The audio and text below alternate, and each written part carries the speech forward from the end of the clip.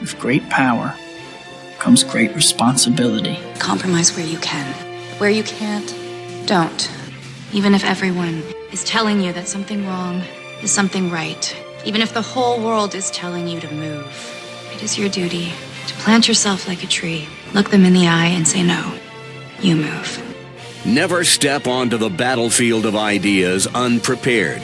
Before you enter the fray, you need a plan. And there's no better place to get one than right here on Tactics with host Caleb Colquitt. The Situation Room goes live now on News Radio 1440. Good evening, everybody, and thank you so much for being with us here on Tactics, whether you're joining us on Facebook Live, on YouTube, on Twitter, Twitch, Periscope, however you're watching us. We certainly appreciate you being with us today, and we appreciate you being a part of the program here on Tactics, where speech isn't violence, tolerance isn't love, and disagreement isn't hate.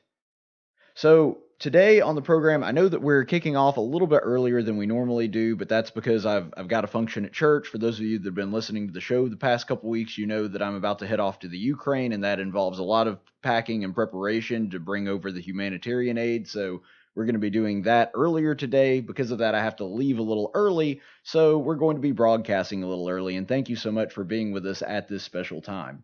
And as you all know, on Wednesday, we try to make it a point to do things of a more spiritual nature, still involving the news, still talking about culture and politics, but we try to aim it a little bit more in the religious theological direction. And my guest today is absolutely perfect for that. I actually had never heard of him before the other day, met him here at a lecture at Faulkner University, and very prestigious professor. He is a professor of political science at George Fox University and has a new book coming out, which unfortunately I have not had time to read yet because, like I said, I just met this guy yesterday. But if it's anything like his lectures would imply that it is, very scholarly, very thoughtful, and thought-provoking, because it's different from a lot of the things that you normally hear. And so here is my guest joining us right now on the program, Dr. Mark Hall. Welcome to the program. Thank you for having me, Caleb.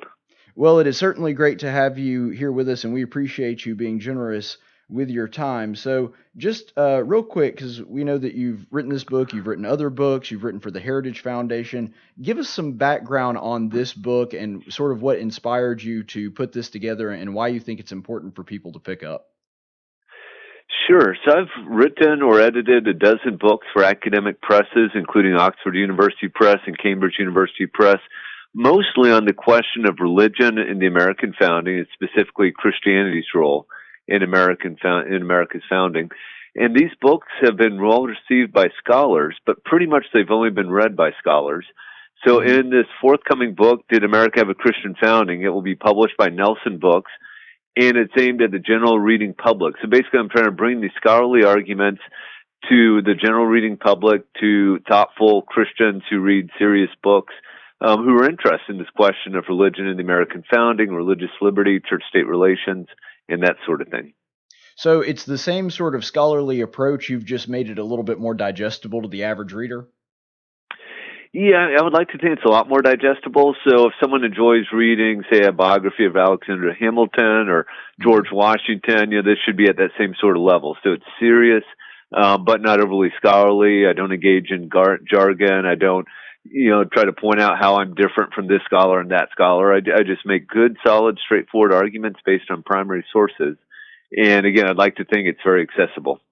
I think that that's actually more important, and I think that it is actually more scholarly to use primary sources, because I think a lot of the problems that sometimes our historians run into is that they get to this point where they're almost in an echo chamber where they're just quoting other historians as their backup, and they don't actually know if the primary sources back up their claims.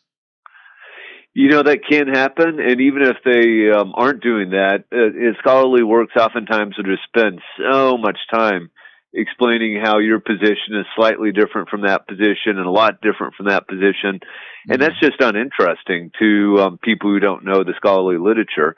It's important in its own way, and I've done that sort of thing, but not in this book. Okay, so I wanted to ask you about this because I know that this is something that's important to my audience. why is there a movement, and you talked about this the other day in your lecture, why is it that there is this movement that seems so intent upon and seems to have such a vested interest in spreading the idea that we did not have a Christian founding? Why do you think that idea has become so prominent in certain circles? I think there's a couple of different reasons. One reason is that there's a tendency of scholars to focus on the most famous of the founders. And when you look at someone like Thomas Jefferson and Ben Franklin and John Adams, in fact, these founders are more influenced by the Enlightenment than are most founders. And of course, Jefferson and Adams and Franklin spent a significant time over in Europe. And we know for sure that Franklin, Jefferson, Adams are not Orthodox Christians, at least by the end of their lives. And so if you only look at these most prominent of founders, you might get a view of the founding generation that really is quite different from if you look at the broader constellation of men, mostly men, a few women, who debated the Declaration of Independence, who debated the federal Constitution, who debated the Bill of Rights, who debated ratifying these things. So, if you think about all those communities I mentioned, we're up to 800, 900 founders now. And when you look at this broader constellation of founders, what you see are a lot of Orthodox Christians who are drawing from their deeply held Christian convictions when they're engaging in these founding acts. Okay, so a couple things that I want to sort of get some clarification on from that. First of all, I will say that before I even get into the question, I do applaud you in looking at some of the other founders, because you're right. We tend to focus on just, a very select few of the founders. And I was astounded the other day. I was talking to someone actually after your talk here, and I was like, it's rare that I even run into somebody that even knows who Roger Sherman is. Like 9 times out of 10, they're like, "Didn't he play for the Cowboys?" No, that's Roger Staubach. Right, and so that's right. like, but you think about it, he signed virtually every founding document. He's a very important figure around that time, and most people don't even know who he is. Absolutely, yeah. No, he's really one of the most important of America's statesmen. Let me just give you a quick story. In 1776, there are three key committees in the Continental Congress. The committee to draft the Declaration of Independence, the committee to draft the Articles of Confederation, and the Board of War. Sherman is on all three of those committees. Thomas Jefferson is a relatively young pup. He's only on one of the committees, the committee to draft the Declaration of Independence. Right. Yeah, and so he does take the lead on that, but somehow we give him like all the credit for this document. But this 5-person committee, of which Sherman was one of the 5, had an important influence, and then the rest of Congress did as well. And so ultimately, when we look at a document like the Declaration, we have to look at the 55 or so odd men who debated it and the 39 or so who actually signed it. We can't just look at Thomas Jefferson and think he reflects the entire meaning of the Declaration of Independence. Yeah, and I think that when it comes to Jefferson, part of his fame is because he's such a prolific writer. Part of it is because he did become president at some point, and he's just an incredibly fascinating person. But I really want to get to some of the background, because one of the things that you said that I think that there's solid evidence for, but I just want to hear your take on it. Why do you think it is? Why are you saying that Franklin and Jefferson and Adams were not, quote, Orthodox Christians? What exactly does that mean, and how do you back that up with those three men in particular? Yeah, so by Orthodox Christianity, I mean just basic Apostles' Creed, Nicene Creed, basic Christianity. God exists, Jesus Christ is God, the Trinity, miracles, that sort of thing. And what we have in private correspondence, and these men are very careful to keep their views from the public eye, but we have letters where Thomas Jefferson, for instance, clearly rejects the idea of the Trinity, the Incarnation, the virgin birth, all sorts of basic tenets of Christianity. Now, he is a deist of sorts. He believes in a creator God. He may even believe, he mentions on occasion God intervening in human affairs, which would mean he's not your usual sort of deist. Right. But that would kind of fly in the face to common deist doctrine. Yeah, no, absolutely. But we do know, I mean, there's just no doubt that he, at least later in life, was not an Orthodox Christian. For Franklin, we have similar documents from earlier in life, and Adams, again, a bit later in life. So we know this for sure. But what's striking, and this is amazingly striking, is when you leave those three, almost always someone like a George Washington, James Madison, and Alexander Hamilton are also called deists.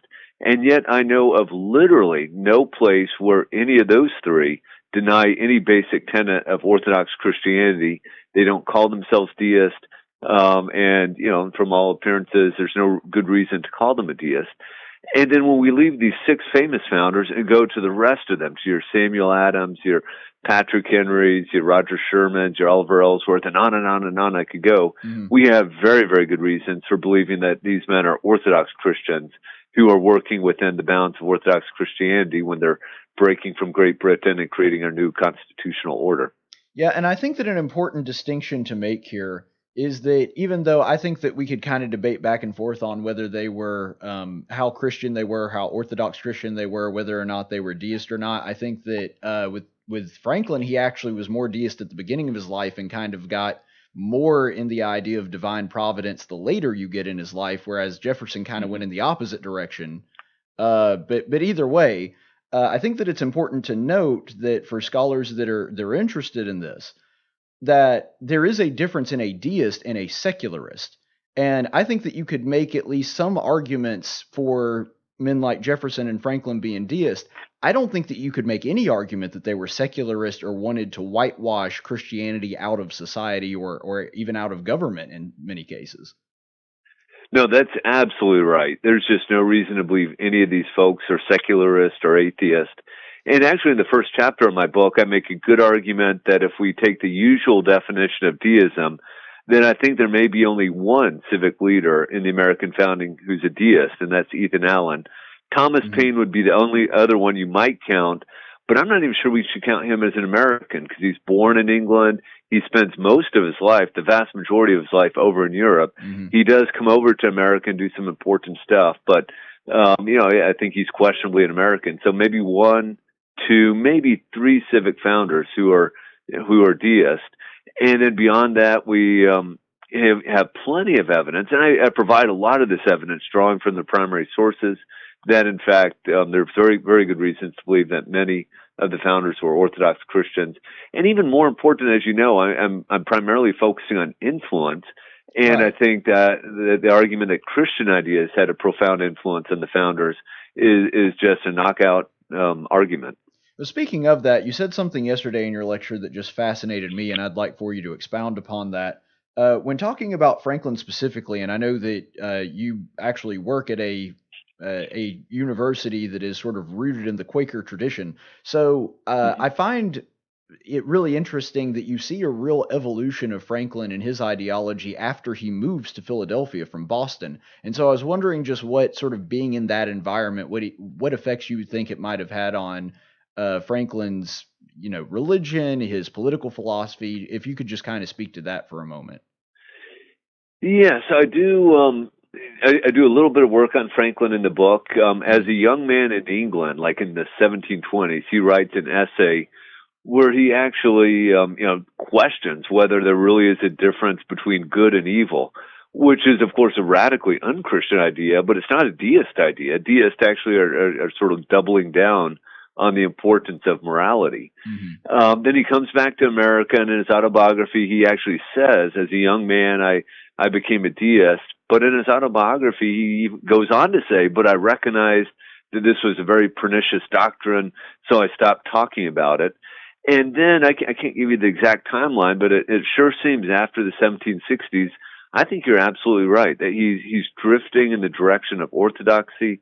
He certainly seems to believe that God intervenes in the affairs of men and nations. He says so clearly in the Constitutional Convention. In a late in life letter to Ezra Stiles, he says, well, I still have doubts about the divinity of Christ, but I guess I'll find out soon enough. So that's why I would not classify him as an Orthodox Christian even late in life, but certainly moving in that direction, and who knows where he ended up exactly. I think a little bit of that, and you kind of hinted at it in that answer. I think a part of the reason that secularists and people that have a very agnostic to atheist worldview sometimes do mischaracterize our founders as being secularist or agnostic is because I think it's kind of a bias that they have, because in their mind, the only people that do question things like morality, question God, question religious practices, that the only person that can do that is somebody that is an agnostic or an atheist. And they kind of think that Christians don't struggle with these things or never question this. And that's why when they see people like Franklin and Jefferson questioning these things, they think, oh, well, they must be an agnostic or an atheist or a secularist of some kind. Yeah, no, I think there's a lot of truth to that, and so they might be drawn to people who seem more likely to be doing this sort of thing, and in fact, they might read them or interpret them in light of what they want to see. Let me add another reason to go back to your very first question. I think in some instances, what you have are professors and jurists. I'll throw in jurists here, judges, who are looking for a usable past. So particularly I'll pick on Supreme Court justices in the mid-20th century. I think for reasons completely unrelated to the American founding, they decided that we should have the separation of church and state. And so they went back to the founding era and more or less engaged in law office history. They said, okay, what documents suggest that the founders wanted a strict separation of church and state? Oh, look, here's this letter from Thomas Jefferson to Danbury Baptist where he talks about the First Amendment creating a wall of separation between church and state. And oh, look, here's the detached memorandum, a document James Madison wrote after he left the presidency, where he questioned the constitutionality of legislative prayer and chaplains.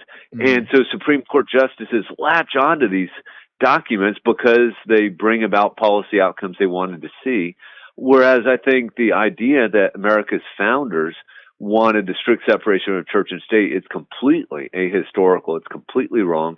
Even Jefferson and Madison, who wanted a greater degree of separation than most founders, even they, in their public activities, did not act as if the Constitution requires a strict separation of church and state, or indeed that it is even a good thing. So even before we have the First Amendment, they didn't act as if that we shouldn't have presidential calls for prayer or congressional calls for prayer or legislative chaplains. James Madison votes to pay legislative chaplains both in the Confederation Congress and the First Federal Congress. I mean, it's just a bad historical argument, but separationists are looking for a usable history. You know, what you're describing there sounds an awful lot like something that a lot of the people in my audience will be familiar with from a theological standpoint, something called proof texting, where you basically start out with an idea of what you want the Bible to say, and then you start perusing it for verses that back up what you already believed, as opposed to reading the Bible and making your decision based on the content. You know, that's exactly right. I think that's a great analogy. Well, one thing that I wanted to ask, and you actually kind of halfway segued into it, you know, I'm in the state of Alabama. I've got to ask you about Hugo Black. So, Sure. Just since you were talking about that and talking about jurists and sort of them retroactively giving a continuity that doesn't exist, talk about Hugo Black and his influence in how we see separation of church and state today.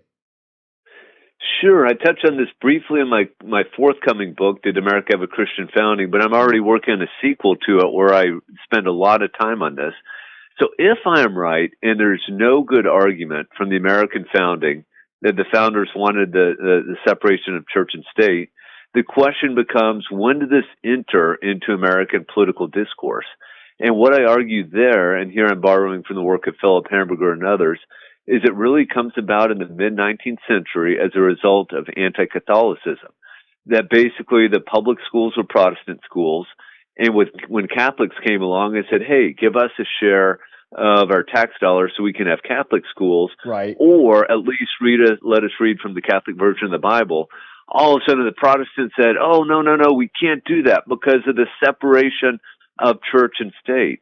So this anti-Catholicism is immediately connected to this rise of the doctrine of separation, and is connected in an excellent way to Hugo Black, who as a relatively young man is a member of the KKK. Right. As a Supreme Court justice, he loves the works of Paul Blanchard, who's one of the most anti-Catholic writers in the mid-20th century. No one knows him anymore, but he was very influential. And he's actually cited in several Supreme Court opinions by justices arguing for this strict separation of church and state. And so Hamburger argues, and I agree, that a lot of where you see the separationists coming from is anti-Catholicism. And the Protestants are real happy to go along with this until the 1960s, when the Supreme Court sort of does a double fake and all of a sudden starts kicking teacher-led prayer out of the public school and public Bible reading out of the public schools. And now the Protestants are shocked. They say, this is not what we meant. Yeah. And this sets the stage for the later cooperation that we now see between Catholics and Protestants, especially evangelical type Protestants, in politics. We still have important disagreements, that is, evangelicals and Catholics, important theological disagreements. I don't mean to downplay those, right. But in terms of a lot of the key public issues of the day, school vouchers, abortion, same-sex marriage, we can cooperate in the public square quite effectively sometimes. I think that is correct, because in my private study of Hugo Black and his history, I mean, the first case that really he made a name for himself was him sentencing a man because he had married a Protestant girl and he was a Catholic. So, like, there's a pretty clear anti-Catholic bend from Black early on, and I think that a part of that, and a part of that that is so important is, this is why I always warn people about the dangers of big government in general. Because when big government is going against somebody you don't like, it's all sunshine and rainbows until all of a sudden you realize that they can use the same excuses they use to attack one group to attack you. And that's exactly what seems to have happened with the Protestants in that era that you're talking about. I think that's exactly right. That's very well put. And so, really, Roman Catholics, I think it's fair to say they were being discriminated against because of their religious convictions. And you're exactly right. Protestants were just fine with that until all of a sudden, bam. Now, nowadays, 100 years later almost, we're seeing, I think in many ways, religious people being discriminated against. And it's sort of an uphill battle in some instances, fighting for religious liberty, especially in the blue states, of course. That's where a lot of the toughest battles are coming.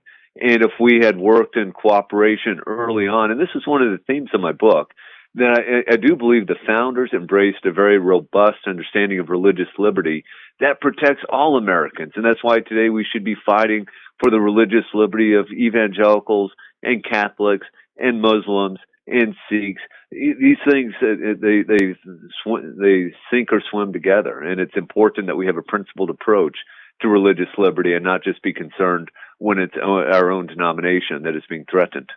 Well, I couldn't agree more, and I mean, that's a subject that we could go on for probably another hour on, but I know I promised I'd get you out of here pretty quickly, so I will ask one last question if you don't mind, because this is one you hear a lot, or at least you do if you've debated the influence of Christianity in the founding. You touched on it yesterday too, so I wanted you to sort of expound upon that. The nature's God argument, where people say that because Jefferson was using phrases like nature's God or supreme creator, things that aren't seemingly a direct reference to the God of the Bible, that somehow suggests that there was not a uniquely Christian founding. So if you could just sort of explain that a little bit. Sure. I have a good little section in my book on this very question. Yeah, nature's God in a sort of abstract sense might sound a little deistic, but the reality is it was used all the time. Isaac Watts, the founder of the English hymnody, uses it in a poem.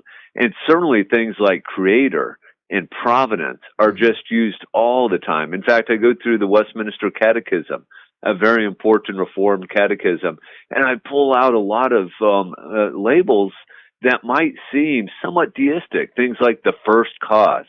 And yet nobody doubts the Orthodox Christianity of the men who wrote the Westminster Confession, both over in England and then in the American revision. Yeah, so it's just a bad argument by people who don't know better. Again, if you haven't dug into the primary sources, people might not be trying to lie to you. They might actually believe what they're saying. Right. But a historian who has spent good time in the primary sources cannot say that using something like creator or father or something like that to refer to God is a deistic way to refer to God. We do that all the time. And maybe not so much creator, but certainly back in that era, I think they did. Yeah, and another thing too with that, and a lot of it I do think is because just people haven't even read the entirety of the Declaration of Independence. I was That's right. in Yeah. that very document, in the last line, it's with a firm reliance on the protection of divine providence, which is not something that a deist would have thought of. Uh, No, not. yeah, but anyway, so thank you so much for being generous with your time, Dr. Hall. How do people get a copy of this book? You can go to pretty much anywhere you can buy books online, and the few bookstores that are remaining. Probably the easiest way, in all honesty, is just go to Amazon and under title "Did America Have a Christian Founding?" And it would be great if people would pre-order it. It comes out in about 2 weeks, and that would be much appreciated. All right. Well, I'll certainly try to get a copy myself, and I know that there's going to be a lot of my listeners that are really interested in this subject. So thank you so much for your time. We appreciate you joining us here on the program. Hey, thank you very much, Caleb. I appreciate it. All right. Thanks, Dr. Hall. You have a good day. Thanks. You too. All right. That is, of course, Dr. Mark Hall. He is a professor at George Fox University and has a new book coming out, Did America Have a Christian Founding? Which I got to tell you, when it comes to this subject, you guys know I'm just a huge nerd when it comes to history around the founding era, especially as it pertains to religious liberty. And so I would love to spend all day with him, but I've got places to go. I know he's got places to go. We're going to have to go ahead and wrap up the show for today. But thank you so much for being with us. And I'll be back tomorrow for one last show before I head off to the Ukraine. In the meantime, stay the course, friends. Tactics is a production of News Radio 1440 and Cumulus Media Montgomery. Any opinions expressed on this program are those of the host and do not necessarily reflect the opinions of Cumulus Media. The theme song for Tactics is 6 Foot Town by Big and Rich. Graphics by Jessica Dawson. Broadcast studios provided by Cumulus Media Montgomery. Location studios provided by the Dalraida Church of Christ. Copyright 2019.